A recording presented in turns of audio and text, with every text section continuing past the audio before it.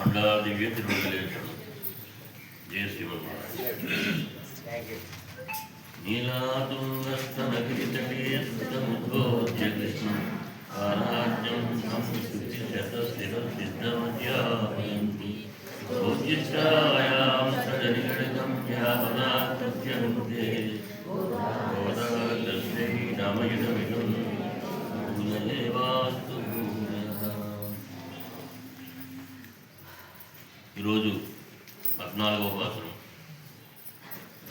உங்கள் புடக்கடைய தோட்டத்தவாவில் செங்கடு நீர்வாய் நெடும் தாம்பருவாய் பூங்கினார் செங்கட்குடி கூரை வெண்பல் தவற்றவர் தங்கள் திருக்கோவில் செங்கிடுவார் போகின்றார் எங்களை முன்ன வெளுப்புவான் வாய் பேசும் நங்காய் எழுந்திராய் காணாதாய் நாவுடையாய் செங்கடி செக்கரமேந்தும் தடக்கையன் பங்கையக்கண்ணானை வாடு ఏదో చెంబాయ్. ఈరోజు గోపిక అందరికంటే ముందుగా వీళ్ళందరికీ మాట ఇచ్చింది. అంటే మిమ్మల్ని అందరినీ నేనే లేపుతాను, మీరందరూ నిశ్చింతగా పడుకోండి అని మొట్టమొదట వ్రతం ప్రారంభించే సమయంలో చెప్పింది. కూడా ఏం చేసింది? పడుకుంది. మీకు నాకు చీమ చిటుకంటే తెలియస్తుంది, మీరు హాయిగా పడుకోండి, మిమ్మల్ని అందరికీ నేనే లేపుతాను. అలాంటి గోపిక ఈరోజు పడుకునిందిట. వీళ్ళు అంటున్నారు, వచ్చారు వీళ్ళంతా.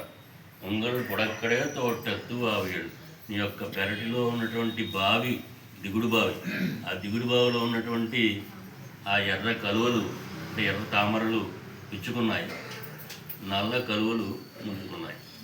అంటే ఆవిడ లోపల నుంచి అంటుంది, కొద్దిగా పడుకున్నది కానీ కావలేదు.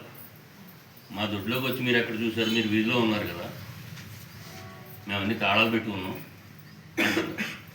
అంటే మేము వచ్చేటప్పుడు చూసామమ్మా, ఆ కొలనులో అదే పరిస్థితి ఉంది కాబట్టి ఎక్కడున్నా అట్లాగే ఉంటాయి కాబట్టి మీ దిగుడు బావిలో కూడా అట్లాగే ఉంటుందని చెప్తున్నాం అన్నారు.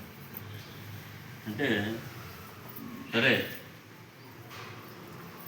చెంగల్ పొడి కూరై వెంబల్ తవర్తవర్. ఇంకో గుర్తేంటి?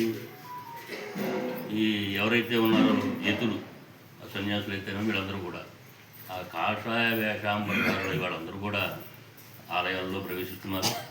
అలాగే కృష్ణాలయాలలో ఆరాధన ప్రారంభమయ్యే సమయమైంది, అది కూడా నీకు వినపడటం లేదా అని అడుగుతున్నారు. అడుగుతుంటే ఇవిడంటుంది, నాకైతే ఏం కనబడలేదు, వినబడలేదు, మీకు అలా అనిపిస్తోంది. ఎందుకంటే తెల్లవారులు మీరు మెలుగుగా ఉన్నారు కాబట్టి తెల్లారిపోయింది అనుకుని నా దగ్గరికి వస్తున్నారు. అంటే వీడు అంటున్నారు, అలా కాదమ్మా, అందరికంటే ముందే నువ్వు మమ్మల్ని లేపుతాన్నావు కదా, నీకు ఏమాత్రం న్యాయం ఉందా అని అంటున్నారు. ఎంగళేమున్న వెడుపువాన్ వాయిపేసం నంగాయ్ ఎడుందురాయ్ నాడరాయ్ నా ఉడయాయ్. ఈ నా ఉడయాయ్ అన్న దానికి మనం ఇక్కడ చెప్పుకోవాలి. అంటే సిగ్గులేని దానా నొప్పి అంటున్నారు. నంగాయ్ ఎడుందురాయ్ దేవమ్మ నా ఉడయాయ్. నా ఉడయాయ్ అంటే మంచి నాలుక కలిగిన దానా అని చెప్తున్నారు. మంచి నాలుక అంటే బాగా మాట్లాడుతున్నారు, బాగా అంటే సమయస్ఫూర్తిగా మాట్లాడుతున్నారు. ఇక్కడ నాదమునుల యొక్క ప్రస్తావన వ్యాఖ్యానంలో వచ్చింది. ఈ నాదమునులు ఎవరు? ఆళ్వార్లందరూ ప్రారంభించిన తర్వాత నాలాయర దివ్య ప్రబంధాన్ని లుప్తమైపోయింది. వేరే శైవులైతేనే మిగిలిన వాళ్ళందరూ కూడా, తురుష్కులు వీళ్ళందరూ కూడా వాటిని దగ్ధం చేసి పారేశారు. పారిస్తే నాదమునుడు తిరుక్కుడందై వెళ్ళినప్పుడు అక్కడ ఒక ఆయన ఆరావముదే అడియేనుడులను నింబాలంబాయి అని ఆ 10 పాసురాలు తిరువాయుమడిలో చేశారు, సేవాకాలం చేసుకున్నారు, ఇక్కడ సేవించుకున్నారు. నాదమునులు కూడా చూశారు. అది అబ్బాయి 10 పాసురాలు చాలా బాగున్నాయి, ఈ 10 పాసురాలు ఏంటని అడిగితే ఇలాగా నమ్మాళ్ళ వారు అనుగ్రహించిన వాళ్ళకి 4000 పాసురాలు 1000 పాసురాలు ఈ యొక్క 10 పాసురాలు ఇవి. అంటే మిగిలినవి ఏమిటి? మిగిలినవి మనకు తెలియదు, పుస్తకం అయిపోయేవన్నీ కూడా తెలియలేదు, అక్కడ ఉన్నాయి కూడా తెలియదు. మరి ఎలా ఇప్పుడు చాలా బాగున్నాయి కదా. ఆరావముదే అడియే నుడలు నింబా అంబాయే అంటే ఎలాంటి వాడైనా కుంభకోణంలో ఉన్నాడు ఆయన. ఎట్లా ఉంటాడు ఆయన? తనివి తీరినటువంటి అమృతం, తృప్తి తీరినటువంటి అమృతం. అసలు అమృతం అంటేనే చాలా గొప్పది, పవిత్రమైనది. మరి తృప్తి తీరనదంటే ఇంకా గొప్పది కదా అని చెప్తున్నారు. ఆరాం అముదే అడియేన్ ఉడలం అని చెప్తున్నారు. అంటే మరి మిగిలిన పాత్రలన్నీ అక్కడ ఉన్నాయి అంటే ఆయన చెప్పారు. మీకు ఆళ్వారి తినగర వెళ్ళండి, అక్కడ వెళితే మొదటిగా పోయే ఆళ్వారి తాలూకు వాళ్ళు ఎవరన్నా ఉంటే ఆ కడిన సుల్తాం అనే ఒక దివ్య ప్రబంధంలో ఒక భాగం ఉంది. అది దానివల్ల ఏమన్నా ఉపయోగం కలగచ్చని మా పెద్దవాడు ఎవరో చెప్పారు. అంటే ఈ నాదమునుడు అక్కడికి వచ్చి ఎవరో ఉంటే ఆ కడిన సుల్తాం తెలుసు ఒక ఆయన ఉన్నారు. ఆయన దగ్గర సేవించుకుని ఇది 12 లక్షల సార్లు చేస్తే కనుక మొదటిగా ఏడవారు కానీ ఎవరెవరు ప్రత్యక్షం అవుతారు. మీకు ఆ 4000 దివ్య ప్రబంధాన్ని కాకపోయినా కనీసం దివ్య ప్రబంధం తిరువాయుడనన్నా మీకు ఇస్తారు, అనుగ్రహిస్తారు అని చెప్పగానే ఆయన 12 లక్షల సార్లు చేశారు. అక్కడ ఆళ్వారు తినగలరు చేయగానే మొదటిగా ఏడవారు ప్రత్యక్షం అవుతాయి. నమ్మాళ్ళవారు నమ్మాళ్ళవారులు ఏం చెప్పారంటే, ఎందుకయ్యా ఏంటి పరిస్థితి అంటే, స్వామి మరి ఈ దివ్య ప్రబంధాన్ని మళ్ళీ ఉద్ధరించాలంటే నాకు అనుగ్రహించాలి మీరు అనగానే ఆయన అర్చక రూపంలో ఉన్నారు. ఇప్పుడు మాట్లాడేవారు కాబట్టి సరే ఒక తెర వేయమన్నారు. ఆ తెర వేసి తెర అవతల నాగములు, తెర యువతల ఆడవారు ముందు ఉండగానే అప్పుడు ఈ 4000 పాత్రలని ఆయన అనుగ్రహించడం జరిగింది. ఆ రకంగా నాదముల ద్వారా మనం ఈ రోజుని ఈ దివ్య ప్రబంధాలను మనం అనుసంధానం చేసుకోవడానికి మనకు అవకాశం కలిగింది. మనం నాదమునులకు ఎంతైనా కృతజ్ఞమై ఉండాలి.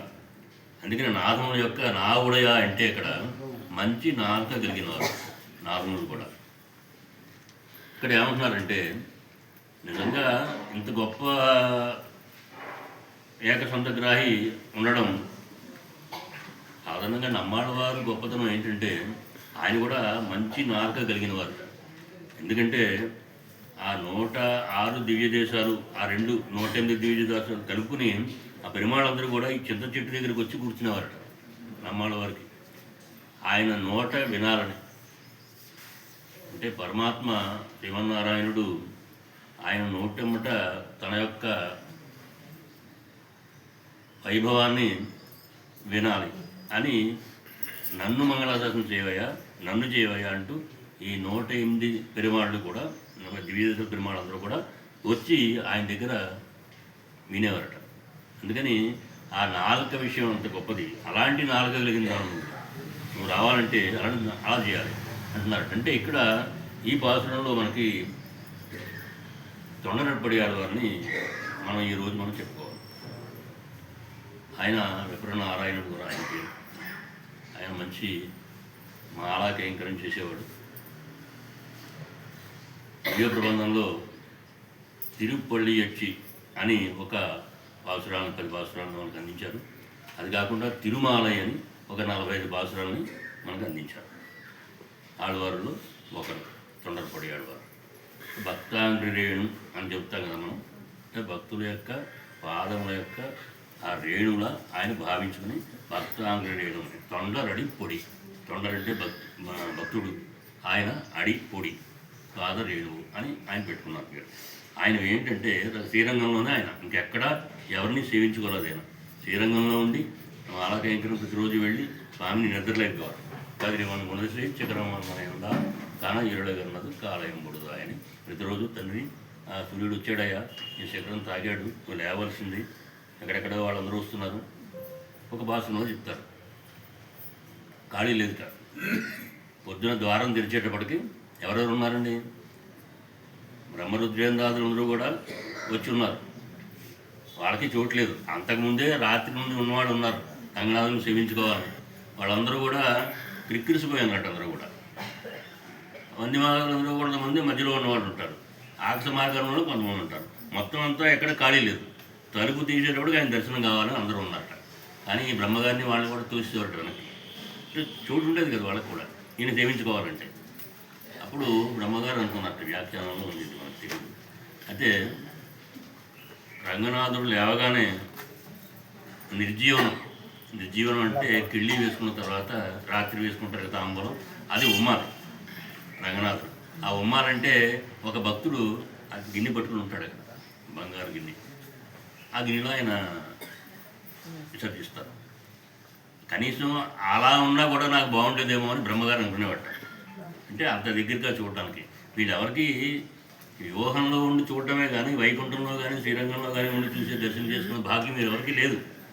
అందుకని ఇక్కడ ఈయన కూడా నాలుక సరైన నాలుక ఇంటి కూడా ఎవరిది తొందరపడియారు వారు కూడా. అందుకే లేపాలి అంటే ఆయనే రావాలి, ఆయనే చేయాలి అనే ఒక మిష పెట్టుకున్నాడు రంగనాథుడు. అందుకని ఆయన కూడా తర్వాత దేవదాసి ఎవరో వచ్చారు, ఏదో పందెం కాసింది, పందెం కాసి ఆయన ఎలాగైనా ఆధ్యాత్మికత నుంచి మార్పిస్తాను, మళ్ళిస్తాను, నా వైపు తిప్పుకుంటానని తిప్పుకుంది.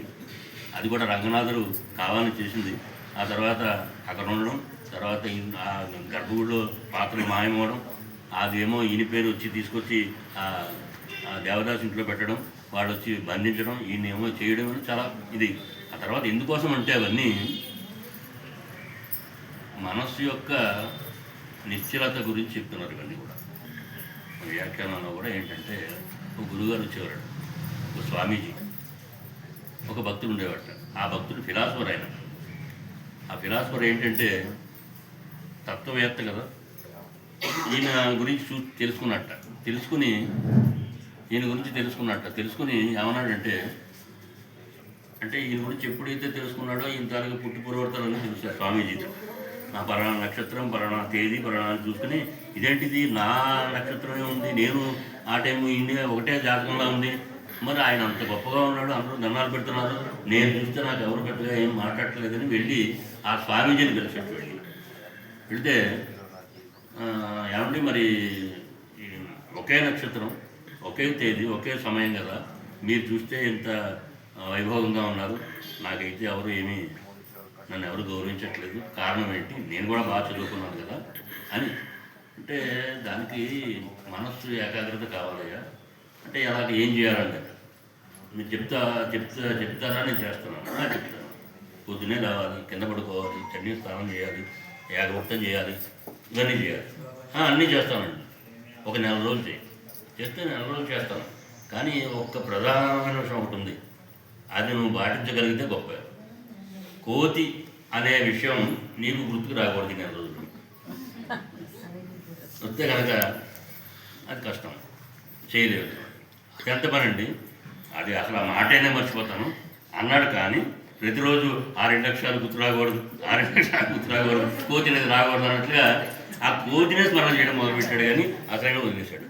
అంటే మనసు యొక్క చాంచల్యత అట్లా ఉంటుందని చెప్పడం కోసమని ఇది చెప్పడం.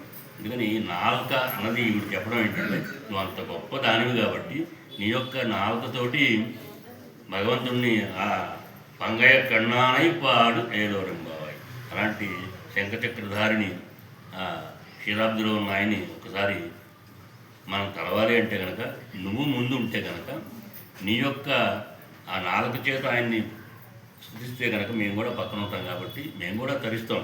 ఎందుకంటే ఒక్కరూ ఒక తీపి పదార్థాన్ని ఒక్కరూ సేవించడం కాదు, భగవంతుడు అమృతం లాంటి వాడు కాబట్టి అందరం కలిసి సేవించే అది యోగ్యత కలిగి ఉంది అని చెప్పి వీళ్ళందరూ కలిసి ఈరోజు ఆ బాలికలు లేవడం జరిగింది.